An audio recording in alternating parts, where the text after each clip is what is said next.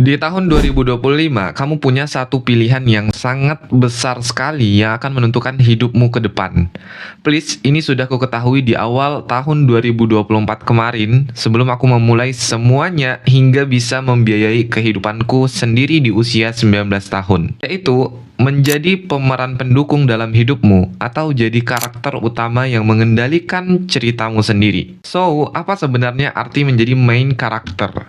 Bukan berarti kamu harus jadi pusat perhatian orang-orang, bukan berarti kamu harus jadi populer atau selalu merasa diri kamu sempurna, tapi tentang bagaimana kamu memegang kendali atas hidupmu, membuat pilihan yang berarti dan tidak membiarkan dunia mendikte ceritamu. Gini, aku kasih analoginya ya guys. Coba kita bayangkan, hidupmu tuh seperti akun media sosial yang kamu kelola sendiri. Kamu adalah adminnya. Kamu yang memilih konten apa yang ingin kamu posting, siapa yang ingin kamu follow, dan postingan mana yang ingin kamu abaikan. Kalau kamu biarkan orang lain mengatur akunmu, feedmu bakal berantakan dan penuh hal yang nggak kamu suka dan nggak bikin kamu bahagia. So, jadilah admin terbaik dalam hidupmu. Pilih cerita yang ingin kamu buat, hapus hal-hal yang bikin kamu down, dan jangan biarkan komentar negatif menentukan apa yang kamu bagikan. Karena gini guys, pada akhirnya hidupmu adalah timeline yang kamu ciptakan sendiri, dan pastikan isinya mencerminkan dirimu yang terbaik. Dan kamu harus mengetahui bahwa setiap tokoh utama itu pasti memiliki cerita yang unik. Kamu nggak bisa jadi main karakter kalau kamu nggak kenal siapa dirimu. Kamu coba refleksikan ke dirimu, mulai dari sekarang. Simple, misalnya apa yang kamu suka, apa yang membuatmu bahagia, apa impian yang selalu kamu pendam, dan jangan pernah hidup hanya untuk menyenangkan orang lain. Hidup itu panggungmu guys, bukan milik mereka gitu. Capek nggak sih kalau kita hidup seperti itu terus gitu? Nih ya, aku kasih tahu, kamu harus ingat, kamu bakal mati. Dan ketika kamu mati, orang-orang hanya peduli sampai pemakaman aja gitu.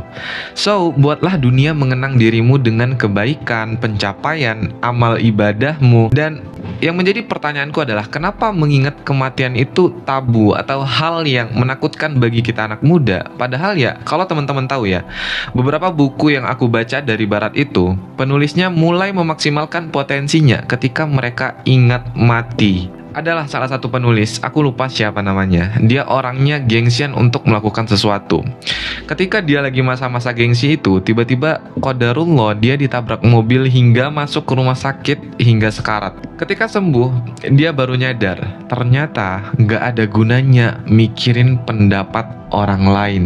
Dan yang menjadi pertanyaan dia adalah, kenapa aku nggak memaksimalkan potensiku hanya untuk mengabulkan ekspektasi orang lain? Toh aku bakal mati juga kan? Makanya Rasulullah SAW bilang orang yang cerdas itu adalah orang yang paling sering mengingat kematian. Aktsiru dzikra min hadhimil ladzat. Perbanyaklah kamu mengingat pemutus kelazatan, yaitu apa? Kematian gitu. So, di tahun 2025, jadilah penulis cerita hidupmu. Tetapkan tujuanmu, sekecil apapun itu gitu. Mau karir kamu ingin menjadi lebih baik, belajar skill baru, atau bahkan mulai project yang sudah lama kamu tunda gitu. Ingat, kamu adalah sutradara hidupmu guys, bukan penonton. Kamu nggak capek jadi penonton kesuksesan orang lain terus. Kamu punya potensi guys. Mulai dari step yang pertama nih, aku kasih tahu. Kamu harus banget menentukan goals kamu ke depan. Itu hal yang paling penting banget. Itu hal yang paling fundamental ketika kamu ingin melakukan sesuatu. Kadang aku juga bingung dengan diri aku sendiri di usia 20-an, masih belum punya goals gitu. Kamu tahu nggak sih guys, kalau kamu belum punya tujuan, kamu bangun tidur di pagi hari itu nggak bakal punya hasrat yang besar untuk melakukan sesuatu. Dan pastinya kamu melakukan hal-hal yang itu-itu aja yang membuat kamu menjadi penonton. Dan kenapa kamu nggak berani melangkah gitu? Aku kasih tahu ya, dunia itu nggak seseram yang kita bayangkan sebenarnya. Mencari uang di usia muda, bersaing dengan generasi sebelum kita yang sudah tua, itu nggak semenakutkan yang kita kira gitu. Kita berhak banget loh untuk bersinar di antara beberapa panggung kehidupan. Filsuf banget ya. Ini zamannya kita gitu, grow and glow gitu. Pilihlah rasa sakit dulu selama 10 tahun hingga kamu glow di usia 30-an. Pilih rasa sakitmu untuk grow dan bersinarlah glow di usia 30-an. Aku pribadi guys, kalau dikalkulasikan dalam seminggu itu aku kerja 60 jam per 5 hari di luar jam kuliahku. Apakah aku capek? Apakah aku nggak bahagia? Jadi aku punya trik. Kalau aku harus meletakkan bahagiaku itu di sela-sela rasa sakit yang kupilih. Bukan lagi di waktu kosong ketika aku nonton Netflix, main game, dan ngobrol sana sini gak jelas. Jadi aku punya tips and trick kalau aku harus meletakkan kebahagiaanku di rasa sakit yang aku pilih. Kayak gitu. So, udah saatnya di umur kita yang sekarang adalah bagaimana trial dan error kita membangun sebuah habit. Itu kita harus sadar banget tuh. Yang itu nanti bakal tertanam di diri kita hingga tua. Bukan kita sok produktif gitu kan, tapi ini tentang siapa yang udah paham lebih dulu gitu. Misalnya habit hemat, bagaimana pemasukan kita diperbanyak, pengeluaran kita dipersedikit gitu. Bukan kita pelit, tapi tentang menanamkan habit. Belajar financial literasi, biar nggak heran kenapa orang tua kita dulu kaya, sekarang menurun gara-gara ekonomi. Dan kita harus tahu itu gitu. Belajar untuk cari income tambahan, cari ilmu, cari pengalaman, dan coba kenalan dengan banyak orang hebat, bangun koneksi. Kalau perlu bangun personal branding gitu. Kalau kamu sibuk cari ilmu, uang, agama, orang-orang hebat, aku yakin kamu bakal jadi orang yang high class gitu guys. Aku berjanji nih ya, dengan diri aku di depan kalian semua, di depan kamu semua, 10 tahun yang akan datang. Dan ini bukan hanya omong-omongku semata, bahwa aku bisa menjadi seperti itu dan tentunya kamu semua bisa menjadi seperti itu.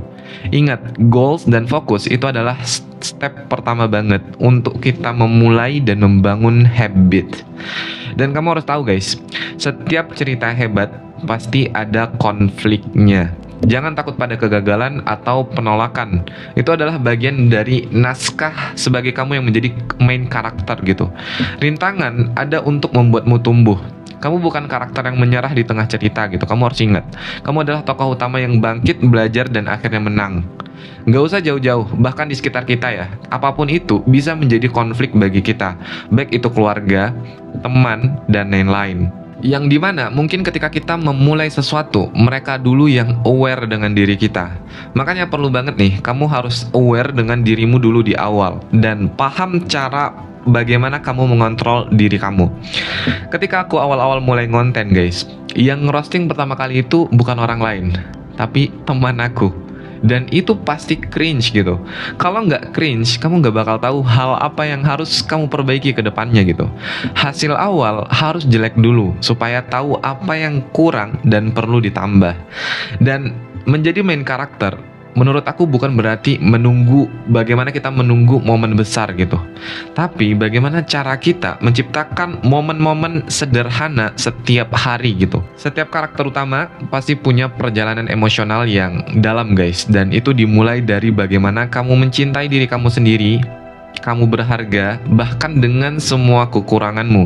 Ingat, karakter utama itu nggak perlu menjadi orang yang sempurna. Cukup jadi dirinya sendiri gitu. Karena nantinya akan ada aja orang yang datang dengan sendiri, yang suka dengan personalitimu gitu. Di tahun 2025 adalah babak baru dalam hidup kamu. Jangan biarkan orang lain menulis ceritamu. Pilihlah hidup yang paling sulit untuk kamu capai, untuk mencapai impianmu. Maksudnya, kamu sekarang harus udah mulai belajar memilih rasa sakit yang akan membentukmu. Mungkin katakan seperti push up 50 kali setiap hari mungkin, untuk melatih ototmu. Atau kamu membaca buku yang mungkin bosan, tapi powerful untuk hidupmu dalam 30 menit sehari. Karena gini guys, di dunia ini, kamu harus tahu, kamu adalah karakter utama yang ceritanya itu layak didengar oleh banyak orang atau layak didengar oleh orang-orang gitu. So, proud of you guys. Mungkin kamu overthinking sebelum memulai ini semua. Aku ingin memberikan cara ampuh, yaitu rules 3 detik. Contoh, kamu udah buat konten dan kamu overthinking untuk menguploadnya, katakan. Takut dibilang cringe lah, dibilang aneh lah, dibilang sok seleb lah. Kamu harus hitung, 1, 2, 3, ketik upload. Contoh lagi, kamu ingin menjadi orang yang positif di sekitarmu. Di pagi hari misalnya, kamu ketemu orang dan pengen nyapa. Cuman kamu udah overthinking duluan dan kamu bilang di pikiran kamu, nanti aku bakal dibilang sok asik nggak sih? Langsung kamu hitung, 1, 2, 3, say hello gitu atau say salam. Atau ketika kamu ingin bertanya di kelas, karena hanya kamu yang nggak paham misalnya apa yang disampaikan dosen, kamu udah mau bertanya nih, tapi malu dan udah overthinking. Teman-teman bakal bilang mungkin, itu aja kok ditanya atau segala macamnya.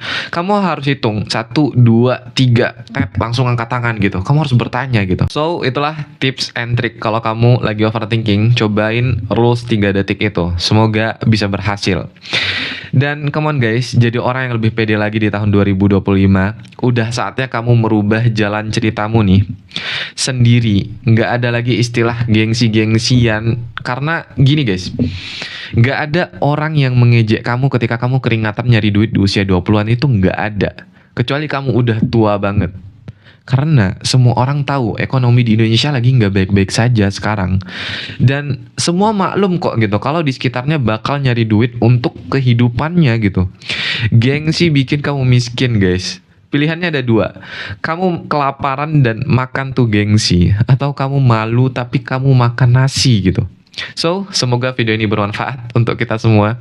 Terima kasih yang sudah nonton video ini sampai sini. Semoga 2025 kita bisa mencapai impian kita satu persatu. So see you on the next video.